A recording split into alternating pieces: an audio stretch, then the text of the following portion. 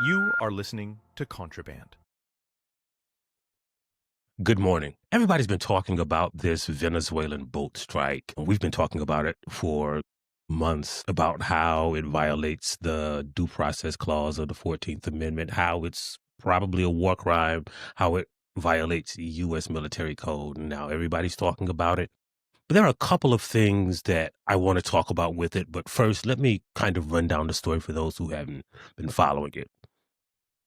So the Trump administration has been ordering strikes on these boats that are leaving Venezuela for months. They say that they are drug dealers, suspected drug dealers, although they haven't offered anyone, the press, Congress, anybody else, proof of their claims. So on September 2nd, the Joint Special Operations Command, JSOC, SEAL Team 6, the people who killed Osama bin Laden, they tracked this boat leaving Venezuela and fire a missile at it. Of course, because we got a very efficient killing machine, the boat blows up, but they can see that two people are still alive and they're clinging to the remnants of this exploded boat. So they fire another missile. And they say they fired another missile because Pete Hegseth, the Secretary of War, which used to be the Secretary of Defense, said, quote, "Kill them all." And so they fired another missile. Well, that is technically a war crime. You can't kill unarmed or defenseless enemy combatants. This is not just my opinion. This has been confirmed by former JAG, Judge Advocate Generals, which are basically like the DOJ for the military. According to the oath that you take when you join the military, it is your duty not just to defend the Constitution of the United States, but to refuse an illegal order. So everyone is talking about whose fault it is. Is it Trump's fault? Is it Hegseth's fault for saying kill them all? Is it the person who actually was the commander of the mission who said he was following Hegseth's orders?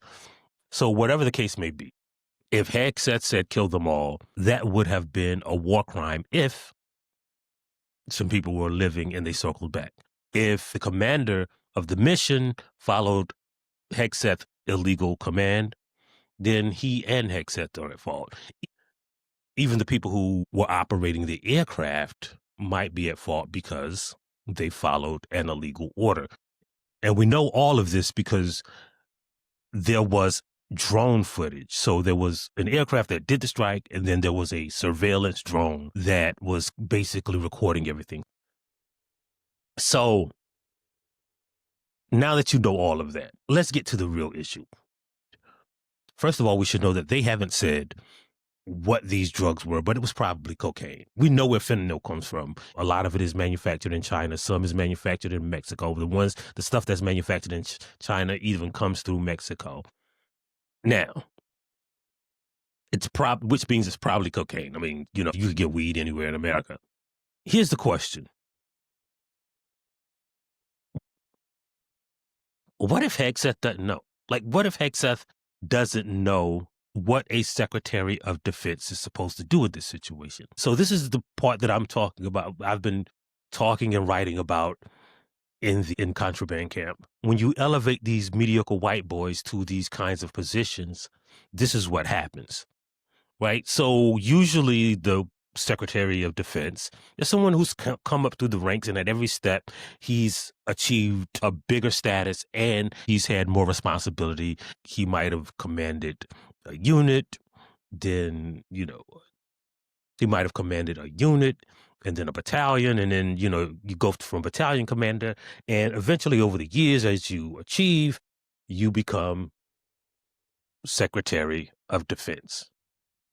Or you can just get this white dude who looks good on camera, who doesn't have the background or experience to know what he's supposed to do in this situation, right? Remember, at the beginning of Trump's tenure, he began firing all of these experienced military commanders who were black or women or, just not white. And so you end up with these incompetent, dunderheaded white boys saying, kill them all. And the evidence for Hegseth not knowing is, like, he just said, kill them all. That's not a thing that a person would say without clarification unless you didn't have that experience. The second part is, I mean, we know Trump doesn't know, right? Like do we have to have that conversation? We know Trump doesn't know the uniform military code. When you think you can stop or solve America's drug problem by just let's just shoot the people who bring in the drugs. That's like such a simplistic argument, right? If you're shooting this vessel off the coast of Trinidad, that doesn't stop anything but that vessel that was bringing in those drugs. That's like when you pee in the bed and you think you can solve the problem by hiding the sheets. Let's say they had 1,000 kilos of cocaine. Cocaine is just cocaine, right? When you factor in the size of the boat, it's not like this would make a major difference in America's drug problem. So if you destroy this amount of cocaine, it really doesn't heavily impact the drug problem in the U.S. My point is that you can't shoot your way out of America's drug problem. Most of the drugs don't come in through boats. The problem in America now is mostly opioids and fentanyl, not cocaine. So this solution is like hiding the pea sheets. It's not going to work unless you're dumb and inexperienced. But there are two parts of this that makes it more concerning, but no one is talking about. The first is how this aligns with white genocide theory or the Great Replacement theory or the white replacement theory. If you follow or read about people who believe in the Great Replacement theory, they say two things are plaguing America's young white men. One is that there's this drug problem. They're on opioids, and that's what's stopping them from fucking enough or having enough children to replace them. They even have a calculation about births above replacement, and the drug problem hurts that.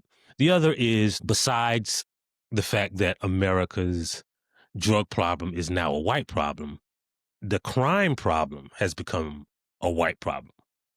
People go to jail for selling drugs. People go to jail for using drugs. People go to jail for committing crimes to get drugs. All of that's become a white problem, right? They didn't care when police were giving 3 strikes to people who stole a VCR. But now that it's a white problem, they want to shoot their way out of it. And the second part relates to the first part.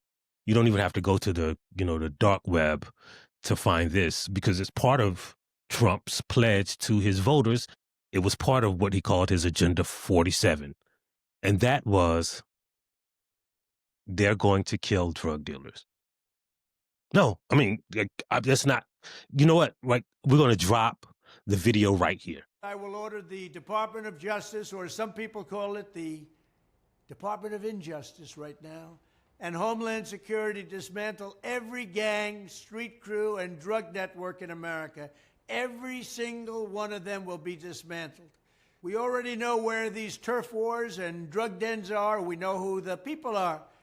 And we're going to charge them and charge the culprits with every crime that we can find. We're going to be fair, but we're going to be tough. We also need the death penalty for drug dealers. So important. And I'd add to that human traffickers. Drug dealers and human traffickers, they get the death penalty. Watch it stop, and stop quickly. Fifth, in cities where there has been a complete breakdown of law and order, where the fundamental right of our citizens are being intolerably violated, I will not hesitate to send in federal assets, including the National Guard, until safety is restored. This exercise is part of his pledge to his voters. And it begins off the coast of Trinidad with a Venezuelan boat. But if they're allowed to subvert the due process clause of the Constitution, then why can't they do it in America? If they can designate a person who is essentially a drug dealer as a terrorist that is outside of the United States, they can do it to a person that's inside the United States. And if they can do that, then they can use the military against drug dealers. This is not even like a far reach. So in March of this year, Trump issued an executive order that a couple people talked about at the time.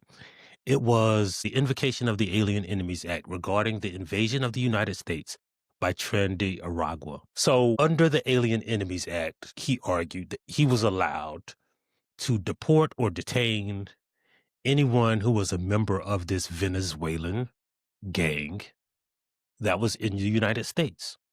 The executive order not only says that like anybody from Venezuela who was a member of this gang could be, quote, apprehended, restrained, secured, and removed as alien enemies, but it also said that I also declare that all such members of Trinidad Aragua are, by virtue of their membership in that organization, whether they're citizens or not, chargeable with actual hostility against the United States. And he further declared that they are a danger, quote, to the public peace and safety of the United States. And if you're thinking, well, that's a stretch, Mike, right? Like, he can't do that to American citizens.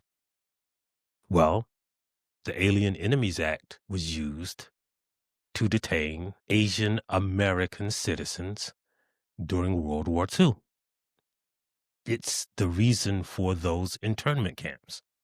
It authorizes the president, law enforcement officers, and the federal government to detain, imprison, or do whatever they want, essentially, because it strips away the constitutional protections of due process. So either this is part of a plan not to do what I think Trump is trying to do, but what Trump said he's going to do. Or maybe it's just some dumb white boys. You are listening to Contraband.